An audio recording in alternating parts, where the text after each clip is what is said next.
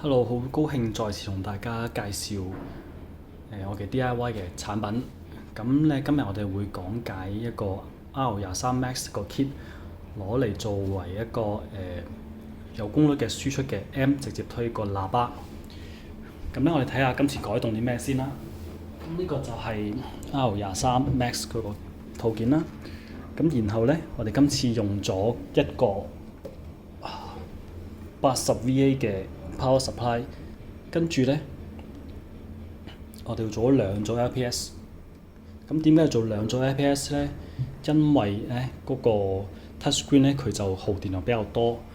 咁咧，我呢個 demo 入邊咧就主要想 demo 俾大家睇。呢個 R23 Max 佢可以用到兩組 LPS 咧。咁一組可以俾供電俾嗰個 touchscreen 啦，另外一組咧都可以作為另一個輸出嘅。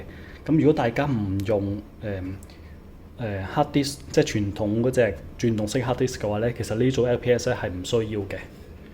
咁好啦，咁要供電俾個派咧，同埋推動喇叭咧，我哋係需要買另外一個head 嘅。今次咧就會用咗 IQ Audio 嘅DJM Plus 就呢塊。咁供電上咧，直接由下邊呢個 LPS module 咧供電俾個DJM Plus， 然後 DJM Plus 透過 GPIO 咧就會供電俾個 Pi 4嘅。之後後邊咧呢兩組咧就 DJM Plus 嘅輸出，然後推動翻個就駁翻個香蕉插，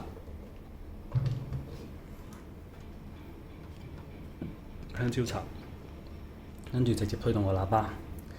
咁喺今次嘅 demo 入邊咧，我哋除咗會講解個硬件上嘅一個唔同之外咧，我哋都會介紹一個比較唔係咁主流嘅系統。咁主流系統大家都可能知道，用開Pi 4都知係用 Volumio 啊，有 Mood 或者有 PiCore Player。咁除咗呢三個之外咧，最近咧我發現一隻叫DietPi， 佢係比較個好 lightweight 嘅一個系統啦。運行上嚟咧非常之快嘅，同埋係 optimize 咗嘅系統。咁佢亦都會支援 LMS 同埋 Squeeze-Lite 嘅。咁我哋而家開機睇一睇個系統啦。首先就插晒所有嘅線先。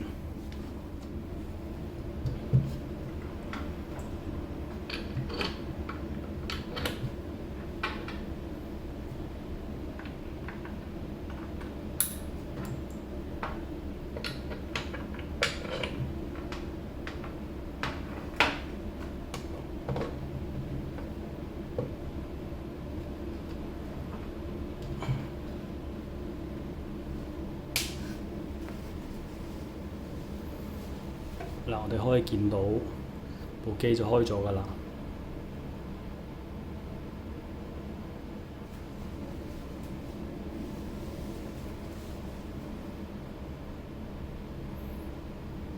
咁咧已經進入咗DietPi 嘅 boot sequence。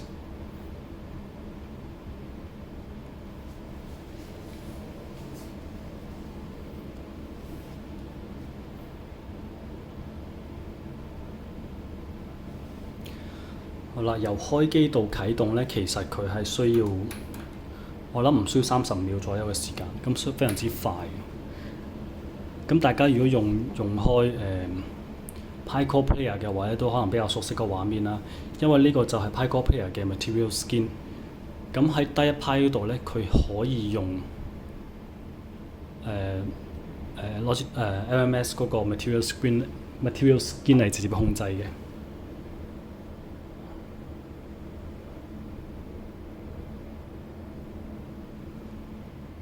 咁咧呢個就係個操控嘅畫面啦，都其實非常之流暢啦。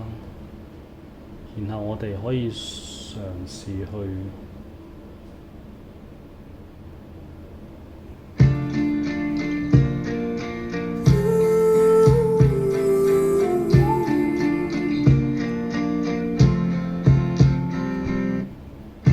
人在野路太彎，要有個伴能做你。雖然個聲音咧就比唔上Class A 嘅膽機啦，但係其實放喺床頭咧，或者放喺書房咧，其實呢個 all-in-one 嘅 player 咧都幾方便㗎。除咗聽歌之外咧，聽 file 之外咧，佢都可以整合咗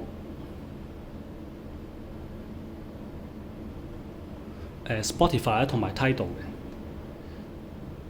咁呢隻碟咧就喺 Spotify 入邊嘅。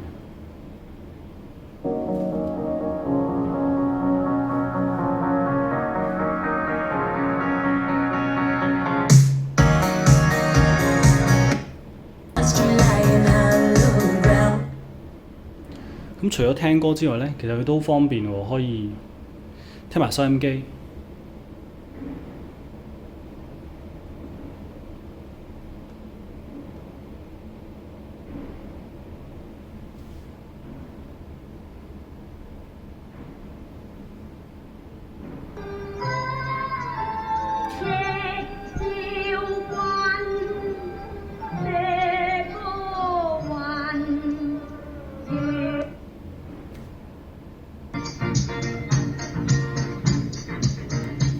係咯，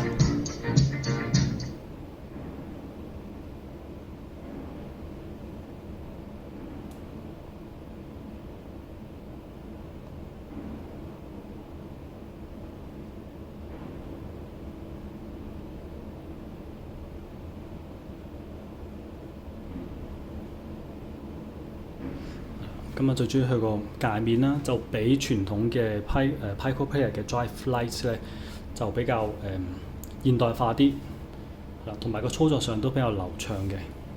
咁但係用低一批咧，唯一一個唔好處咧就係我暫時未揾到個方法可以手動去熄個 mon 嘅個 touch screen。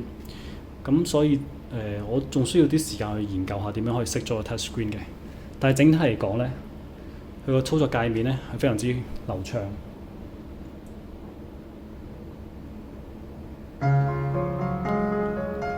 同埋個顏色啊、顯示啊都非常之清晰嘅。好啦，咁我今日嘅介紹咧就暫時到呢度啦。咁如果大家有咩問題咧，或者大家知道點樣可以手動去熄咗個 touch screen 嘅話咧，歡迎大家喺個留言板度留言啦。好，多謝各位。